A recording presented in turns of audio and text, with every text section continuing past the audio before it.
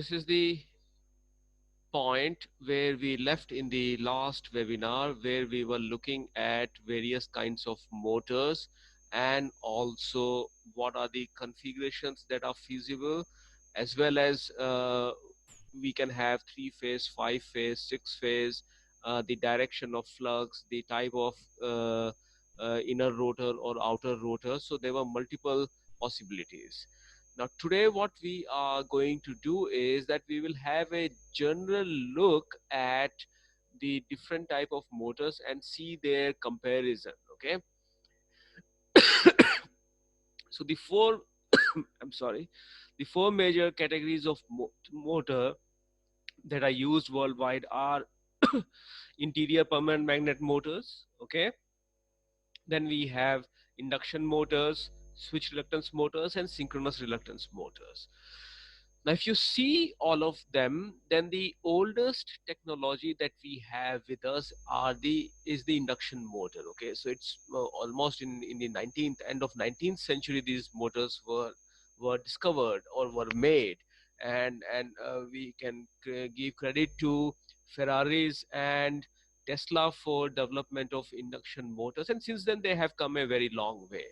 Then the next one that came into existence were the switched reluctance motors. Okay, so the first kind of switched reluctance motors were developed in the year 1900, and then came synchronous reluctance motors, and eventually by 1980s, towards the end of 1980s, we had the interior permanent magnet motors. Okay, so today the permanent magnet motors are widely used in EVs, but there is a visible shift towards induction motors. And the reason is that the induction motors do not use magnets, the rare earth magnets. Okay, and the rare earth magnets are pretty expensive, and also the availability of the material is not as high as it is for copper, and induction motor is predominantly copper based. Okay, now if you look on the advantage, the various advantages of induction motors,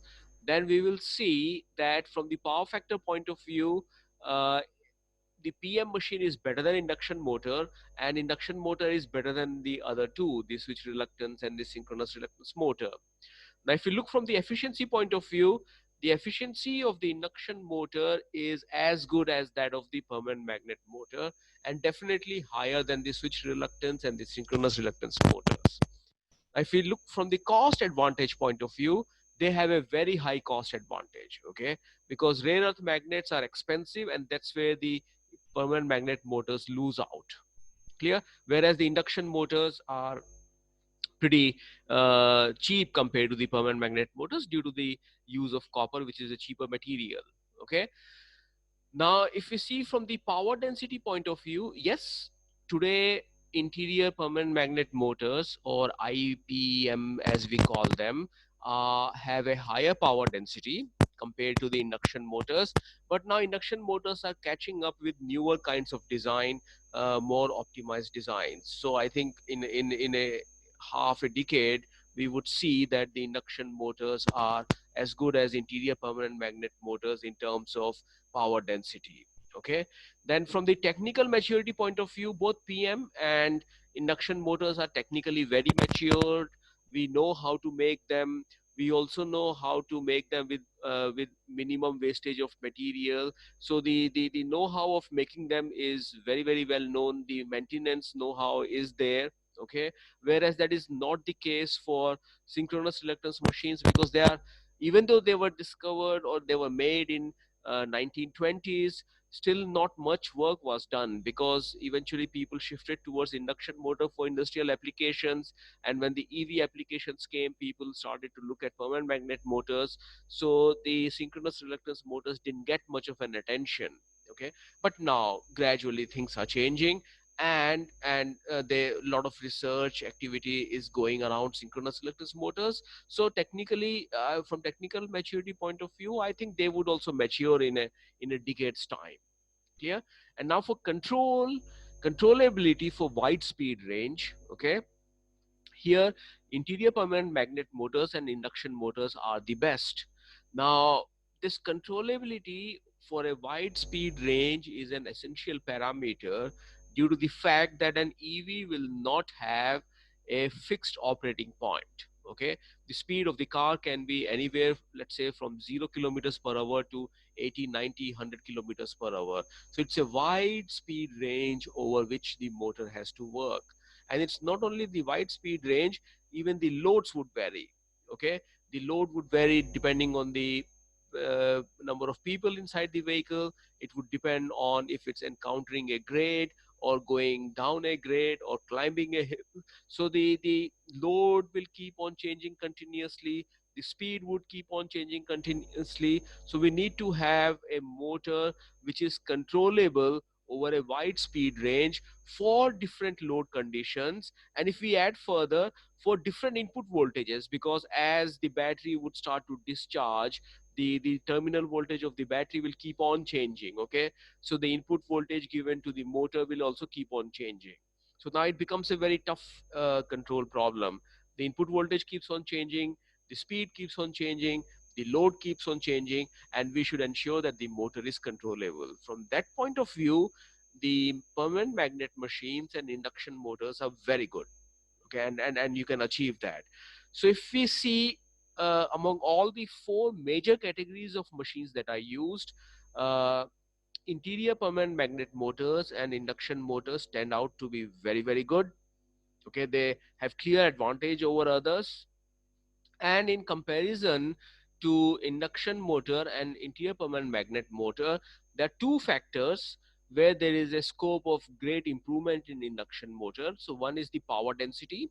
Okay, that can be increased, work is going on and that is increasing gradually. Okay, and advantage on power factor. Okay, so power factor means if we have a higher power factor, the size of the machine will be smaller, so that actually adds to the power density as well. So power density and power factor are mutually coupled, they are not very independent of each other. Apart from that, I think they are extremely good. Okay, and from cost point of view, they are the excellent choice of machines. And that's the reason why, if you see for big vehicle applications, big EV applications like buses, trucks, and so on, then people are moving towards induction motors, because that's where it brings in a lot of advantage in terms of money. Okay, now if we want to see further, uh, if you want to compare between multi-phase motors like 5 and 6 phase motors. Okay, so there are certain advantages. So if you have a higher number of phases, say three, more than three, okay, then the reliability becomes higher. Clear? The reliability becomes higher because if by due to some fault one of the phases fails. So if you have a 5 phase machine and one of the phase fails, then with the remaining phase, you can still operate the machine and reach at least a service station. Okay, so you will have a limp through capability. So limp through capability means that if even if you have a severe fault, the vehicle can move for some distance and reach a location where it can be serviced. So that limp through capability increases the reliability, and that's the reason why multi-phase or polyphase machines with more than 3 phases have a higher reliability. So even if 1 or 2 phases fail, the motor can still work. Okay, and from the performance point of view, okay, so higher the number of phases, the better is the performance. So when I say performance, it means that you would be able to control the speeds more precisely. So that's a rule of thumb. If you have higher number of phases, then speed control can be finer and finer. Okay, if you have less number of phases, then there is a limitation to what you can do with the speed control. Okay, so a fine adjustment, a fine tuning in the speed while the vehicle is moving is better achievable if you have higher number of phases. And also torque ripple. Okay, so torque ripple is a very important parameter, because that will decide how comfortable is your vehicle. So if you have a lot of torque ripples, that means the torque keeps on changing continuously, then the ride won't be very smooth, it would be rather bumpy. And to have a very smooth ride, we would like to have as low torque ripple as possible. And this is again a rule of thumb. If you have higher number of phases, the torque ripple goes down. And if the torque ripple goes down, then the ride becomes more comfortable. Okay, so these are some of the parameters which we have to actually keep in mind when we have to make a decision between 5 phase and six or sorry with for a when we want to go for a motor with more than 3 phases. Now, one point we have to keep in mind: higher number of phases, the cost is of course going to be higher. Okay, that's for sure. And there are other parameters which we will have to keep in mind when we want to go for higher number of phases. First is the influence on the inverter. So the motor has to be driven by an inverter because my input source is a battery. So that battery has to be converted into an AC. Okay, so if I have higher number of phases, then the voltage rating of each phase will be lower compared to 3 phase. Okay, so if I have a 3 phase machine and a 6 phase machine, then the voltage per phase would be lower in 6 phase machine compared to a 3 phase machine. Clear? So now that will result in making an inverter with MOSFETs or IGBTs with lower voltage rating. So the devices, the semiconductor devices with lower voltage rating are cheaper, are a bit cheaper. Okay, and they have a higher reliability. So these are, again, that's again a factor which we will have to keep in mind. But inverter complexity. Okay, so the advantage on inverter complexity will be lower if you increase the number of phases. So you can imagine you have to convert a DC into 3 phase AC, and in other case you have to convert DC into 6 phase AC. So if you have to convert DC into 6 phase AC, then the inverter will be more complex, of course, compared to the scenario where the inverter has to convert DC into 3 phase AC. So inverter complexity would increase as we increase the number of phases. Okay, the cost of the motor. Okay, there's no the cost of the motor would slightly increase because you have now more number of phases. So the winding that you put in the stator is more complex. So that is going to have a cost disadvantage. Okay, now, controller complexity, the advantage on the controller complexity would reduce if you increase the number of phases. Now, the reason is obvious. If you have a 3 phase machine, then you have to control the voltage and the current across 3 phases. And if you have 6 phase machine, then you have to control all the 6 phases carefully so that the motor control is achieved efficiently. So you see, the fine tuning of the speed can be done if you have more number of phases, but in the process we will make the controller algorithm much more complex. Okay, and then the next part is the efficiency. So efficiency of higher phase motors is always higher. So as you keep on increasing the number of phases, the efficiency would increase. But one thing we have to keep in mind: we can't just go on increasing the number of phases as much as we want to. Okay, there's a limit to that. So maybe we can't go more than 6 phases. Okay, after that it becomes too complex. Now, from the harmonics point of view, okay, so whenever we convert DC into AC, we introduce a lot of harmonics. Okay, now those harmonics, they create a lot of problems for the entire system. So if you have a higher number of phases, the harmonics tend to be lower. So that's the advantage of multi-phase machines. Now, if we want to compare between inner rotor and outer rotor motors, okay, in the previous discussion, we saw that the inner rotor motors are the ones where the rotor is inside the stator, whereas the outer rotor motor are the ones where the rotor is outside the stator. Okay, the hub motors are all outer rotor motors. So if we compare these two, then there are certain trade-offs which we will have to keep in mind. Okay, so outer rotor motors can be made with a lower length. Okay, I say n turns here, that means the length can be lower. Okay, and the diameter can be increased. So this reduces the inductance and also results in lower losses, ohmic losses inside the machine. Whereas if I use inner rotor motors, due to the design constraints, the lengths are longer and the diameters are smaller, so that results in higher inductance and more use of copper. Okay, and eventually might result in higher ohmic loss. Now, outer rotor motor, so it is very clear, since the diameter of the rotor would be higher, so it will have more inertia. Whereas in case of inner rotor motor, the diameter will be lower, so the inertia will be less. Okay, now torque pulsations. So yeah, with design we can actually control the torque pulsations of both the inner rotor and outer rotor motors. We can make the design in such a way that the pulsations are lower. So lower pulsation means the drive feeling would be much better. You won't feel a bumpy ride.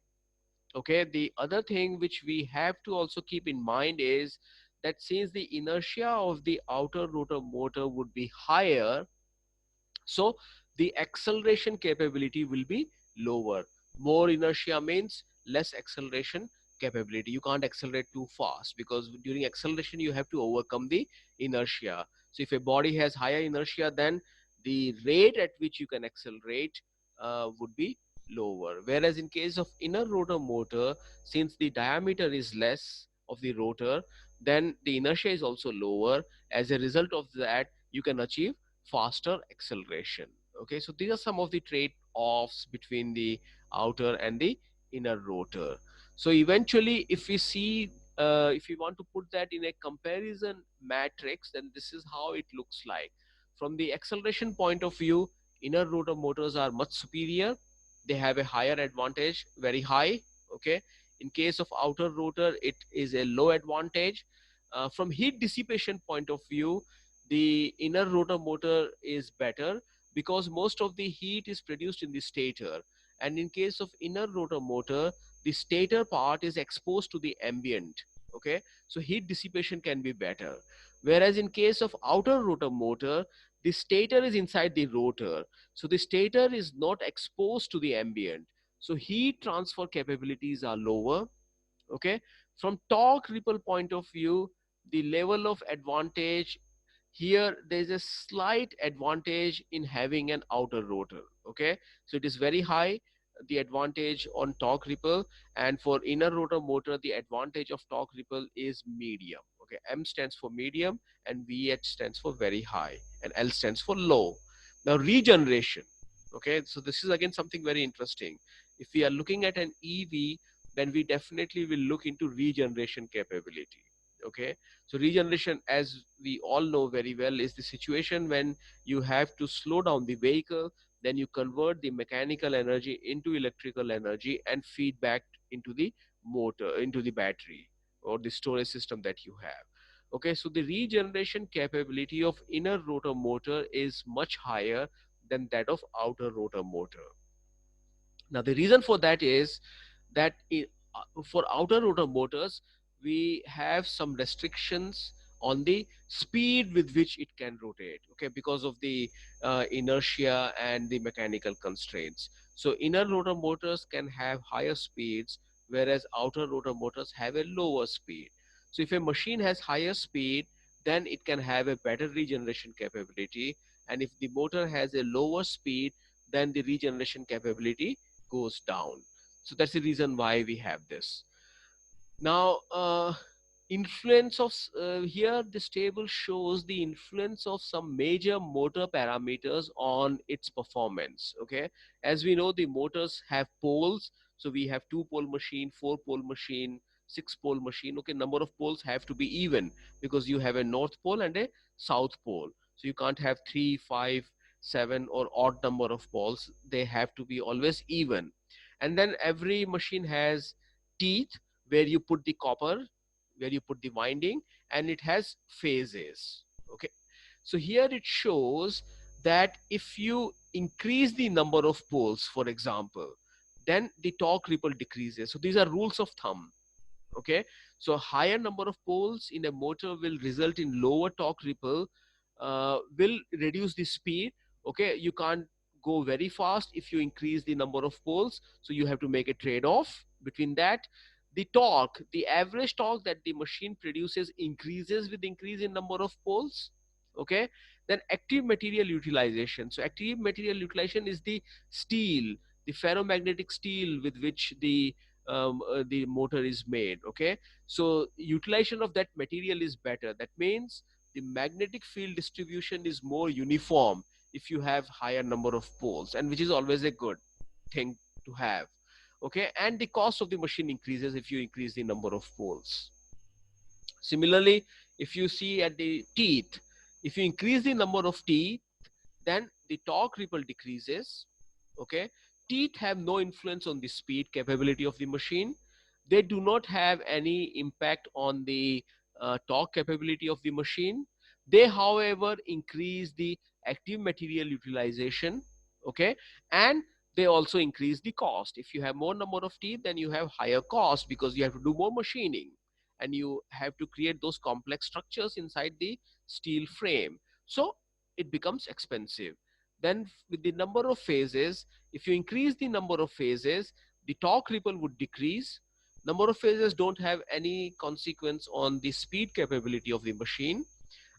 They do not increase or decrease the average torque of the machine. Okay, but they again tend to increase the active material utilization, and they also increase the cost. Okay, so this active material utilization, if it is increased, that means you can reduce the size of the machine. So if you increase the number of poles, if you increase the number of teeth, if you increase the number of phases, okay, then what happens is your torque ripple will come down quite a lot. Your machine will become smaller in size. The cost is going to increase quite a lot. Okay, and also there would be some restrictions on the maximum speed that you can achieve because of the higher number of poles. So these are the kind of trade-offs that we eventually have to make whenever we are designing a machine for a given EV application. Okay, so it is a requirement analysis that what has more emphasis. Maybe we don't need very high speeds, but we need to have a very steady torque, and also we need to have a very compact motor. In that case, we will keep on increasing the number of poles, the teeth, the phases. The price would of course go up. Okay, but then there is a limit. You can't go beyond a certain price because then it does not become economically viable. So you will have to make a lot of trade-offs while designing the machine or selecting a machine for a given application. Okay, and this was a figure which I included for students from mechanical engineering to get an idea of what is the difference between radial flux and axial flux. Okay, so in radial flux, if you see, this is the rotor, this is the stator, and the arrows show the direction of the magnetic field lines. Okay, so the rotor and the stator are concentric to each other. And if you see the axial flux motor, okay, this is the rotor and this is the stator. So the rotor and the stator are not concentric to each other. Okay, it's like a pancake arrangement, like two plates on top of each other. Clear? And you can see the direction of the flux lines. So this was just to give you a visual representation of what exactly is the difference between radial flux motors and axial flux motors.